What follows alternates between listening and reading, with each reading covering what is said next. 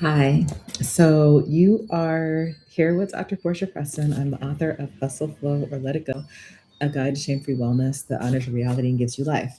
I am not here because I want to come on and do a video and get views. I'm here because I'm struggling to do my lecture because I keep trying to make it perfect. And so I promised myself that if I was having a hard time, I would come on and I would just teach the public when I'm teaching my students in my class because I can't talk myself out of it. We're doing it. So, if you are not familiar with me, I'm a professor of public health at Cal State Fullerton.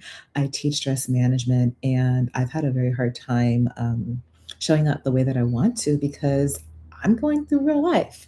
And I figure, you know what? I'm not the only one. And maybe rather than shaming myself about it, I will come on here and demonstrate how I'm getting through it. So, I have a few post it notes of things that I want to talk to my students about, and you are welcome along for the journey. And when I'm finished with the principles, that's when I actually get to end this. And so I'm in it now.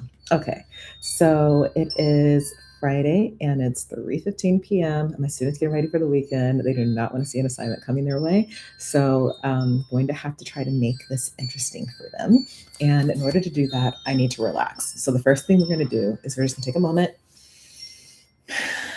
and try to be present. So if you're sitting somewhere, just want you to notice what tension do you have in your body. For me, it's all in my shoulders right now. And since the chapter we're covering from the book is about physical wellness and social wellness, it makes sense to spend a moment just trying to get connected to our bodies. So my students have already done a session where they learned about stress and the physiology, how it affects your body. They've been learning about when our body perceives a threat and it issues a response, it can respond physiologically in a way that we can't just think our way out of. So, stress management isn't just going, oh, I'm just going to not be stressed. No, sometimes your brain sends a message and your body's ready off to the races before you realize anything's going on. So, they've already been through modules where they've had to learn about the different layers, like our thoughts, our feelings, our emotions. We've looked at spirituality as a way to say that we all are worthy of caring for ourselves because you have immeasurable worth. So now we're building on that foundation. And if you have the book, we're on page 111, Flaws and All. And I start out this chapter just being super honest about my flaws. So, how I thought I was going to teach this without talking about my flaws, I don't know, but a girl can dream. And so, since they've already learned about the stress response and fight or flight and all of that, and how stress can lead to inflammation and affect all your different body systems and cause disease, I now want to pull back and say, how do we actually care for ourselves? So, if you're familiar with this book, it is written in the form of mini retreats that are typically just 3 to 5 pages at a time. And I'm just going to kind of discuss the questions that I am going through in each mini retreat. So, the first one is about body compassion. And I want to be clear that this is different from saying, oh, you just need to feel positive about your body. You just need to love your body. I want you to think about what does it take to actually connect to my body? What makes me feel connected? What makes me feel grounded? What makes me feel good? What makes me feel good in this moment? For me, sometimes I'm not connected at all. And compassion is a practice that helps me to get back to that. So the first principle of body compassion is diffusion. And this was a little misleading to me before I really got into it because it felt a little negative. It says the extent to which your attitude about your body leads to you isolating from others, judging yourself, or over identifying with your flaws. So, if I'm going to be honest with you right now, I am really feeling self conscious about the fact that my hair is pulled up in a ponytail. You may not think it's a problem. I'm not enjoying it. So, I'm going to go ahead and take that out. Um, but we have a tendency to see our flaws in ways that other people do not. And the reason I'm taking a moment just to reset and get comfortable is because I don't want to pretend. I don't want to be uncomfortable in trying to give this talk. Even if it's not something that you would judge me for, I need to feel good. Okay. So, like I said, The extent to which your attitude with your body leads to you isolating from others, judging yourself, or identifying with your flaws. So saying, I'm not good enough because I didn't do XYZ. I don't look like other people do. And I can't do what someone else does. And because of that, um, I'm not good enough. Right? Okay. So practicing passion with yourself is about helping yourself to combat that and understanding the next step is common humanity. You're not alone. Other people have the same feelings that you do. And even if they have different struggles, they have something that is hard, right? And so that sense of common humanity helps us to not isolate and to shame ourselves. But that takes connecting with others. And that's why I wanted to do this video talking about chapter 5, which is physical wellness, and chapter 6, which is social wellness, because I want you to know that common humanity involves being connected to others. If you're just looking at yourself and you're hearing these same repeating messages about how you're not enough, you can get stuck there. And by being around other people who see you as human, that are human themselves, that actually helps you to have more compassion towards yourself. And ultimately, that leads to the third part, acceptance. Accepting how you feel, your appearance, and your flaws. So, like I said, it's different from positivity because you don't have to act like everything is amazing and wonderful and perfect, but you just go through those steps of like, okay, I know that I have these things that I feel uncomfortable with. What can I do to not make it worse? To use it as a way to measure and judge myself. So, for me, taking a moment to get comfortable, right? Um, Common humanity. I'm not the only person that struggles with the things that I'm dealing with right now, even getting on camera. I know I'm not the only person that that's hard for. And yes, it is part of the physical judgment of that. One, I know I'm talking way too low right now, and I probably should have my microphone. So I apologize if this is super hard to hear.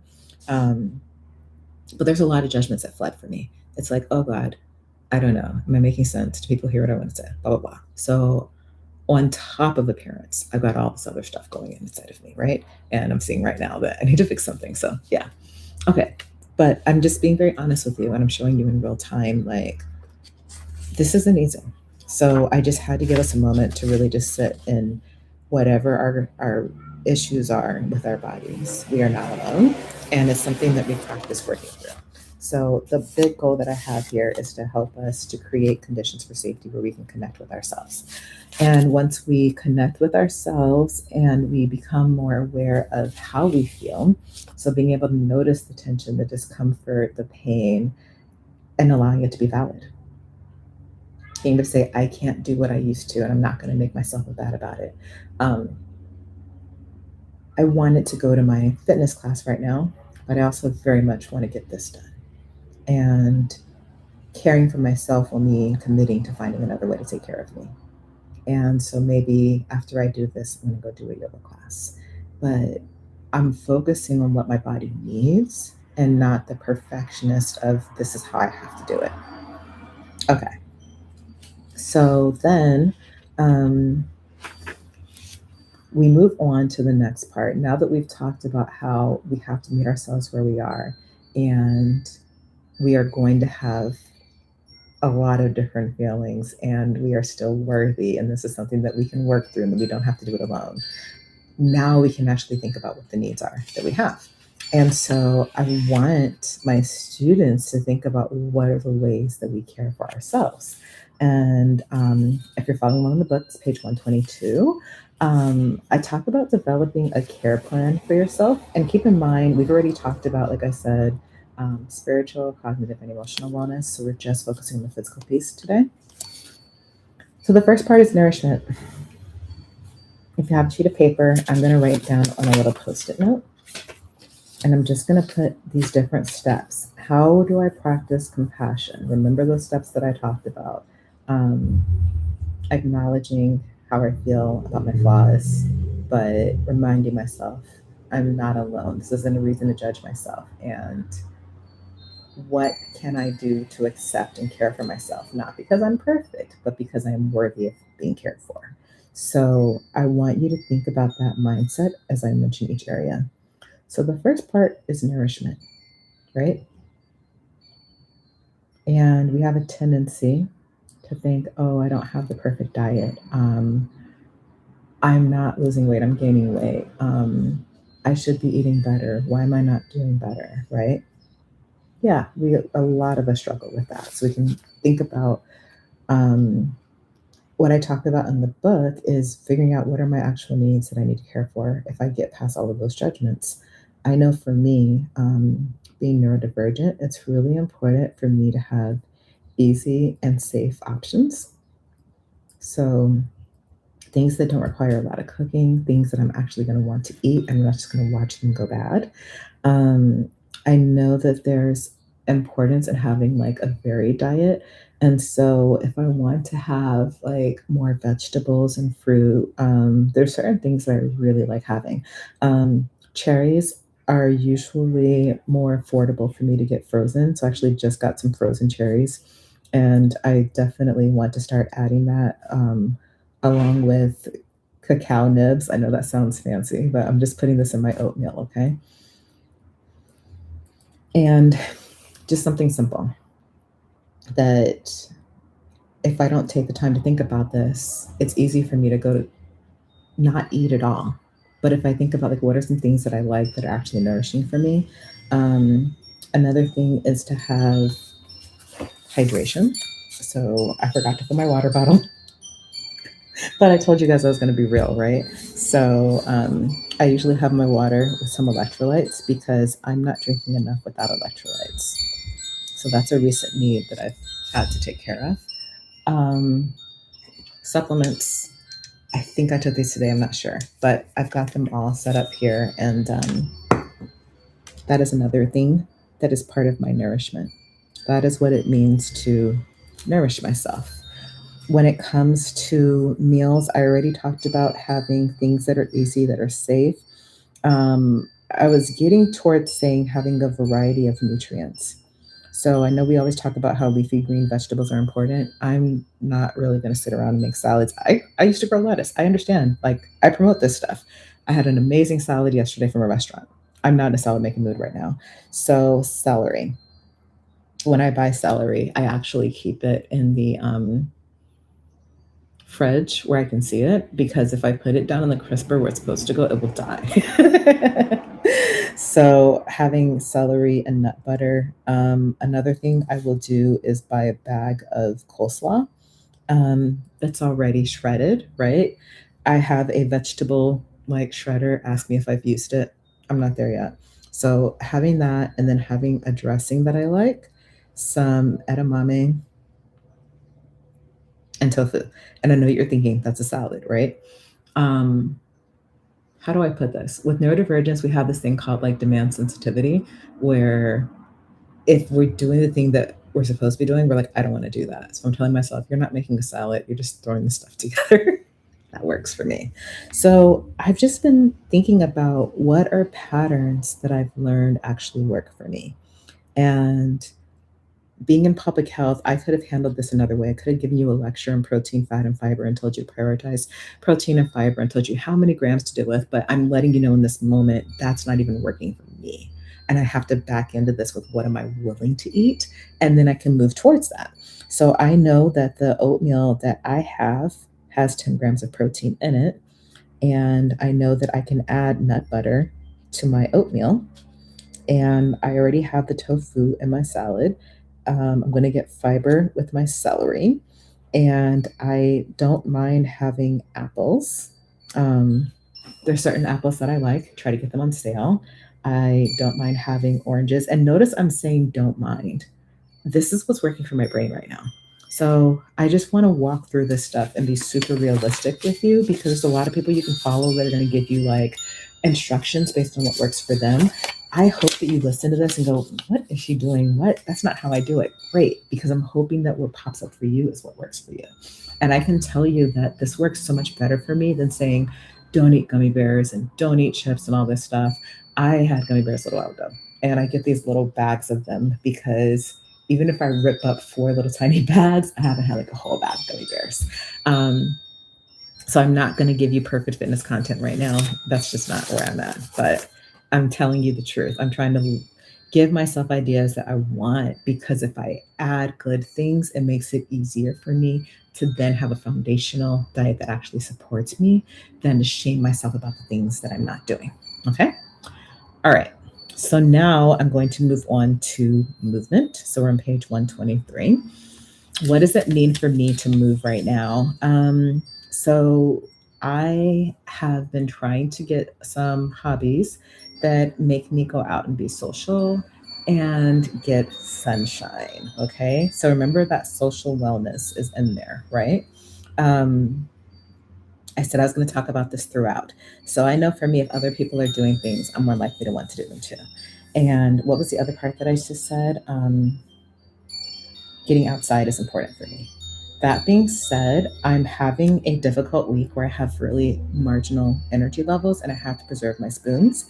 And that meant for me not going to my Pilates class today, even though it was restorative and it would have been wonderful, because I just didn't feel up to it. And if I'm being honest, I want to be able to like acknowledge that and be like, okay, that's fine. Now let's go through this. So what I'm going to offer myself instead, I actually just remembered I've done some physical therapy today and that was really great. And I also would like to do some foam rolling. And let's see what else would be good. I would say mobility. And those are going to be my safe. Okay. So as I talk through the book, like you're going to learn what I'm using when I say that. I have my safe and then I have like my stretch. Those are just the words I'm using today. Like I think I also use what you can do in your worst day. That's basic. And then baseline is like a typical day. And then boost is, and so there's different ways you can think about it. But today I'm thinking about what's safe. And that means that it's not going to make me feel like I am pushing too hard. Right. And so then my stretch, if I felt like I wanted to do today, would be to do a walk or to do a yoga class. And the moment I write that down, I'm like, you know what? I wouldn't mind doing a yin yoga. I'm just going to go ahead and put that there. And what I have to remind myself is like, you're rebuilding your spoons right now. When someone has a sensitive nervous system, which is what I feel like I have right now, or deals with chronic illness as I do, gentle movement is really the way to go. And if I push too hard, I know I'm going to feel some backlash. So I want you to think about what is actually going to help you right now and what matters for you. I have been doing massages recently to try to cut through a lot of the tension that I'm feeling. And now I want to make sure that I'm hydrating because that actually does really help. So even though you might not think it's part of movement, it is. Okay. So I'm going to throw hydration. These are the things that I'm doing. What would be really amazing is if I didn't sleep, how do I say it? Stay up all night. I was really up hyper focusing yesterday. So I'm going to say that winding down earlier today is probably the best thing I can do because that means that I'm going to start building my ability to be able to move more in the days to come. So I'm kind of glad that I'm doing this on a day where things don't feel perfect for me and you're getting to see that this isn't about spewing education to you. It's about being honest with you. So the next part we're going to cover is sleep. Okay. I know I went over hydration kind of quickly, so I don't want to say too much about that because I have reasons that are different than yours. But the bottom line is hydration really helps with energy. It helps with mood. It helps with making sure that your body is able to perform its needs. So much of your body is water. And so it cannot eliminate waste effectively. It cannot use the things you're putting into your body effectively. And so in order to get these outputs, the things we want to do in life, we have to put inputs in. And if we get all perfect and caught up in like doing it right, we're not going to do anything at all. So I would rather you meet yourself where you are and just do the smallest possible thing. It took me a long time to figure out that this thing right here with electrolytes makes me want to drink water. And there were many days where I wasn't drinking anything at all. So not anything, you know what I'm trying to say. So what would help me to drink 1 cup of water? Start there. What would help me to, if I hate doing burpees, then maybe I'm just going to stand up and go like this, and then I'm going to touch my toes. I'm going to go like this, and I'm going to touch my toes. And like, oh my goodness, this is movement. Or maybe I hate regular um, lunges. So I'm just going to step back a little bit. I'm going to pay attention to what's happening in my body, right? So I can go on and on about that, but the point is to find what works for you. So now let's talk about sleep. Everybody's full of all this advice about what's going to help you get the rest you need to at night. And I can tell you that hygiene around sleep has been one of the biggest sources of shame for me when it comes to wellness. And so let me pause for a moment because I didn't talk about the social part of physical. Um, think about for movement what helps you to move. And if you know that going out to something and being around people that energize you, you're going to be more active, then that's part of how social wellness can help you to move. Um, I know if I travel somewhere new, I will walk forever. And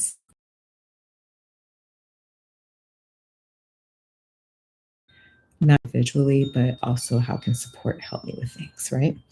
And it's different for everybody. Okay, so now let's go back to sleep. So I was starting to say that the biggest source of shame for me in wellness by far has been that my sleep patterns are so different from everyone else's. But we can have a conversation on another day about how being neurodivergent and trying to get sleep is a bit of a pickle. So I do not have good sleep advice to give you, other than to say that I have learned that I need help, I need support, I need to work with my doctors and figure out what is going to help my brain to slow down and go to sleep at night. That's true for me. For somebody else, it might be different. And so take everyone's advice with a grain of salt. And if you have a lot going on in your life and you're not able to get a lot of sleep, I've found sometimes even when I'm starting to struggle to sleep at night, what I will do the next morning is I'll do two things. I'll say, okay, I have to give myself a grace list today. That means everything goes off the to-do list. What are the minimum things I have to do to get to another day? And the second thing, I just try to be kind to people. I try to not make it their problem that I didn't get sleep, right? Other things that help me getting light early in the morning is helping with setting your circadian clock. I can tell you I haven't spent enough time outside today. So I'm going to tell myself, even if I could just like rock outside in my rocking chair, and yes, I have a rocking chair. I just got like a camping one I can fold up because that sensory regulation feels really good to me. So that's me taking care of my sensory needs. Okay. So yeah, rocking chair for 15 minutes is going to help me so much better with my mood for the rest of the day. So I'm going to make sure I do that next, I think. All right. So we've gone through a lot of things. Now, where does this hustle, flow, or let it go come in? Well, the first thing you want to think of is which of these have been a source of hustle for me? Like, what is it about each of these? So for me, when it comes to body compassion, it's the idea that I'm mostly talking about like beliefs that don't actually support you or that give you shame. So the idea that my body has to be a certain way or feel a certain way, or that I have to get back to this place that I was before. Go back in time, we'll call it. Now, there are seasons where I'm able to do things that are a little bit harder for me right now. And so it's important to not look at right now as where I'll always be. But I also don't want to set myself up by demanding that I get back to some place that may or not be realistic anymore. How the hustle shows up for me in my nourishment.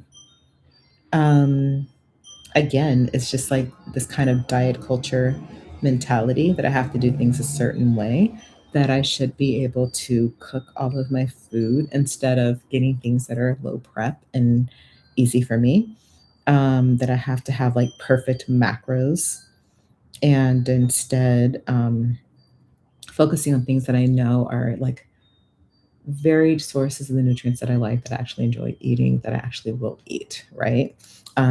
If I can have quality meals, that makes it easier for me to snack less. At a certain point today, I had to move from the gummy bears to these little rice cakes that I get that just have a little bit of, salt and taste in them because I just needed to mindlessly eat for a moment. So that's an example there. Okay. And then for sleep, again, it's that forcing these standards of hygiene and instead thinking about what actually works for me. I will say the reason I was up late last night is that I didn't do what I've been learning to do recently, which is to either turn my phone into airplane mode or to turn off my Wi-Fi, because either of those makes it much more likely that I will do something else. And I have so many different things I like to do at night. So I'm just going to write down what actually works for me. And I'm going to write it down as a menu so that I don't feel the hustle. So now I'm thinking about the other side. How do I incorporate more flow in all of these areas, right? Menus work really well for me. So if I can remind myself to have varied options for each meal and for snacks, okay? Packing to go on a trip next week, so making sure I order some snacks and some tea that I can have to ground myself. So for sleep, yeah, since we're gonna travel, let's say that. Maybe I will bring my Kindle with me because that's an easy way to have a lot of books with me. But I think, I don't know. I know I want my journal for sure.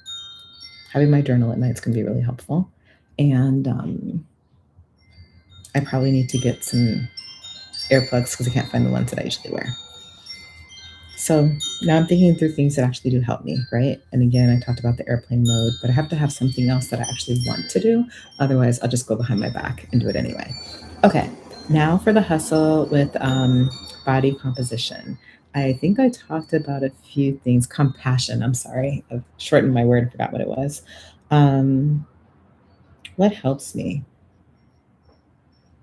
Probably today when I said, "Oh, I don't like my hair," and instead of sitting there and forcing myself to go through the whole video, um, I contextualized it. I don't like how I feel right now. I don't like that look, and I would like to do something different, and giving myself permission to do that. So I think I'm going to just say here what actually makes me feel comfortable or good. And one of the best things I can do going into the trip is make sure I pack things that I feel really comfortable in. And I just did something with my closet. I took the things that don't fit anymore and I put them in a box. I don't have to give them away just yet. I don't have to force myself to make them fit, but just moving them away so I can use stuff that actually does and be able to see it. Okay. All right. So I went on a lot longer than I thought I would, but I think I should probably pause the next part because I need a pause. And when I come back, we are going to talk about the other part of caring for your body, which is caring for your healthcare needs. And we're going to talk about how social can be a part of that as well. Okay. The last thing I will say to close out is what do I do when I'm struggling to sleep? I try to give myself something to do with no expectation that I fall asleep. So maybe I'm listening to something that I enjoy, or I'm reading a book, I'm writing in my journal, but just not laying there and forcing myself to sleep helps a lot. So I hope this gave you some real advice, and I look forward to giving you some more tips soon. Okay, guys, I did it. First lecture down.